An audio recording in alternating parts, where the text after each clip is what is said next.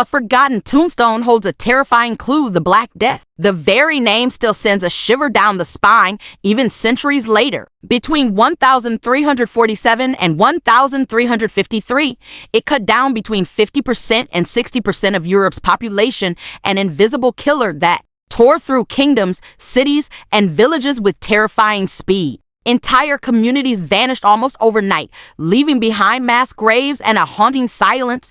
For generations, historians have tried to answer one of humanity's most chilling questions: where did it begin? Theories pointed in every direction: China, the steppes of Mongolia, the Caucasus. Yet the true starting point remained elusive, hidden somewhere in the vast, tangled web of medieval trade and migration.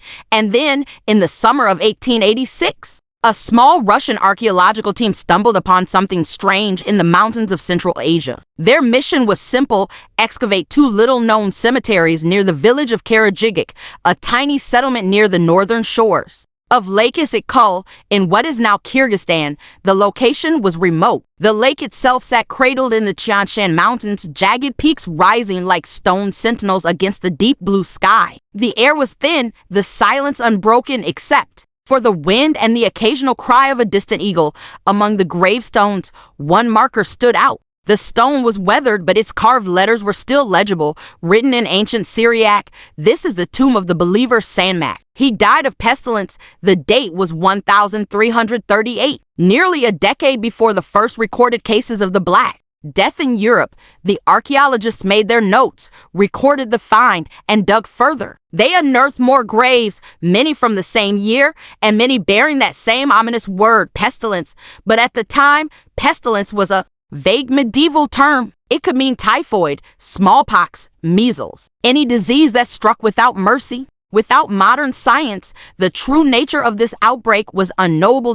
So the archaeologists created the bones, shipped them back to Petersburg for study. And then the evidence disappeared into the archives, forgotten for more than 100 years. Historians reawaken the past. It might have stayed buried forever, if not for a historian named Philip Slavin. Slavin wasn't looking for a headline-grabbing discovery. He specialized in the economic and environmental history of the late Middle Ages. But in the course of his research, he began combing through obscure archaeological reports and museum inventories. When he opened the files from the 1886 Kara-Djigach excavation, something jumped out immediately. The burial records showed a staggering spike in deaths during 1338 and 1339, minus 118 graves in just 2 years, in a community that normally saw only a handful of burials annually. Even stranger, many of the gravestones explicitly mentioned pestilence. Slavin knew this was no ordinary seasonal illness. This was a mass mortality event, sudden, deadly, and localized. And the dates were too close to the outbreak of the Black Death in Europe to ignore. But suspicion is not proof. Historians had speculated about plague origins for centuries, and without hard evidence, his theory would be just another in a long list of guesses. If this was truly the Black Death's first appearance, he needed a way to prove it scientifically. And that meant reaching out to the people who could test the dead themselves, geneticists. Science to the rescue. Slavin contacted researchers at the Max Planck Institute for Evolutionary Anthropology in Germany, a team already deep into a years-long effort to map the genetic history of Yersinia pestis, the plague bacterium. They were intrigued, very intrigued. Their ongoing project had already revealed a critical piece of the puzzle. Sometime in the early 14th century, pestis underwent what they called a Big Bang, a sudden split into 4 major genetic lineages. One of those lineages was responsible for the Black Death that ravaged Europe and for most plague outbreaks over the next for centuries. But here was the mystery. None of the European samples they tested were the original ancestor. The strains that killed millions in Europe had already diverged by 1 or 2 mutations, which meant the mother strain, the true starting point, had to have emerged somewhere else. Could it be Kyrgyzstan? 1338. The dates matched perfectly. The burial spike was undeniable, but they needed direct evidence. That's when Slavin and the team arranged for something extraordinary: to open the crates that had been sitting untouched in the archives of the Peter the Great Museum for more than 130 years, the mother of all plagues from the Kara-Djigach collection. The scientists selected 7 individuals for testing. They drilled carefully into the teeth, specifically into the dental pulp. This part of the tooth can preserve microscopic traces of blood and the pathogens within it for centuries, even millennia. The lab work was painstaking. Ancient DNA is fragile, degraded by time, and easily contaminated. But when the results came back, they were beyond anything the team had dared to hope for. 3 of the 7 samples contained the unmistakable genetic fingerprint of Yersinia pestis. And when they sequenced the bacterium's entire genome, they made a staggering discovery. This wasn't just any plague strain. This was the strain, the one sitting exactly at the root of the family tree, the ancestral bacterium from which all later variants descended. In other words, they had found the Black Death's ground zero from a dusty, forgotten cemetery in the mountains of Central Asia. The ultimate origin of the most infamous pandemic in human history had finally been uncovered. Born in the wilds of the Tian Shan, the next question was inevitable.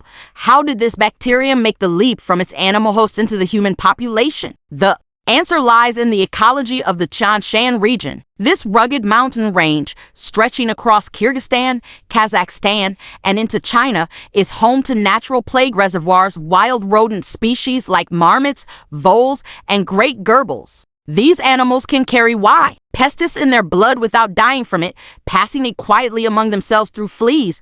Researchers believe that in the years leading up to 1338, the region experienced unusually warm and wet weather. This led to lush plant growth, which fueled a boom in rodent populations. More rodents meant more fleas. And in crowded conditions, diseases spread fast, including plague. Somewhere in that chain of events, the bacterium jumped to humans. Perhaps it was a hunter skinning a marmot for its prized fur. Perhaps it was a trader handling sacks of grain that had been nibbled on by infected rodents. Whatever the case, that single spillover event was enough to set history's deadliest chain reaction into motion.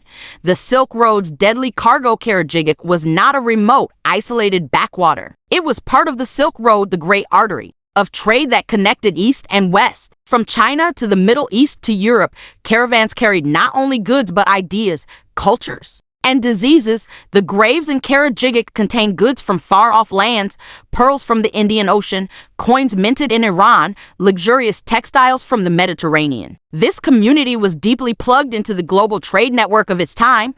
It's easy to imagine how the plague traveled west. Infected fleas rode on the backs of rats, and rats stowed away among the goods in the caravan wagons. Step by step, settlement by settlement, the disease crept closer to Europe. By 1346, it reached the Crimean port of Kaffa. The city was under siege by Mongol forces who, according to chroniclers, used a horrifying tactic, hurling the corpses of their own plague-stricken soldiers over the city walls. Whether this actually caused the spread or simply accelerated it is debated, but from Kaffa, Genoa ships carried the disease straight into the Mediterranean.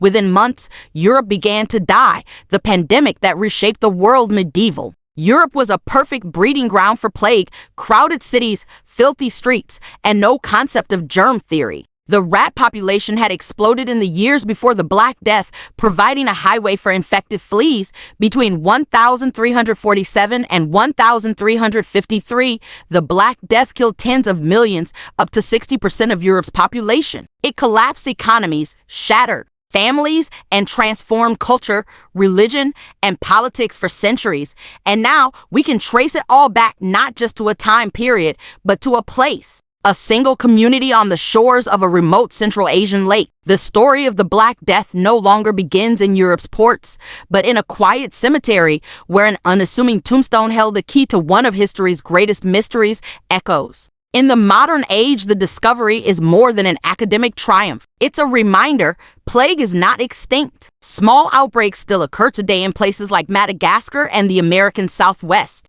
And the same tools that trace the Black Death's origin, ancient DNA analysis, genomic sequencing, are now being used to track modern pandemics from Ebola to COVID-19. The lesson is sobering. Pathogens can emerge anywhere, often in places no one is looking. Trade and travel can carry them across continents before anyone realizes what's happening. The next global pandemic may already be simmering somewhere on the edges of the map in a village most of us have never heard of, just as Kara-Djigach once was. History's deadliest killers often begin quietly. The question is, will we recognize the warning signs in time?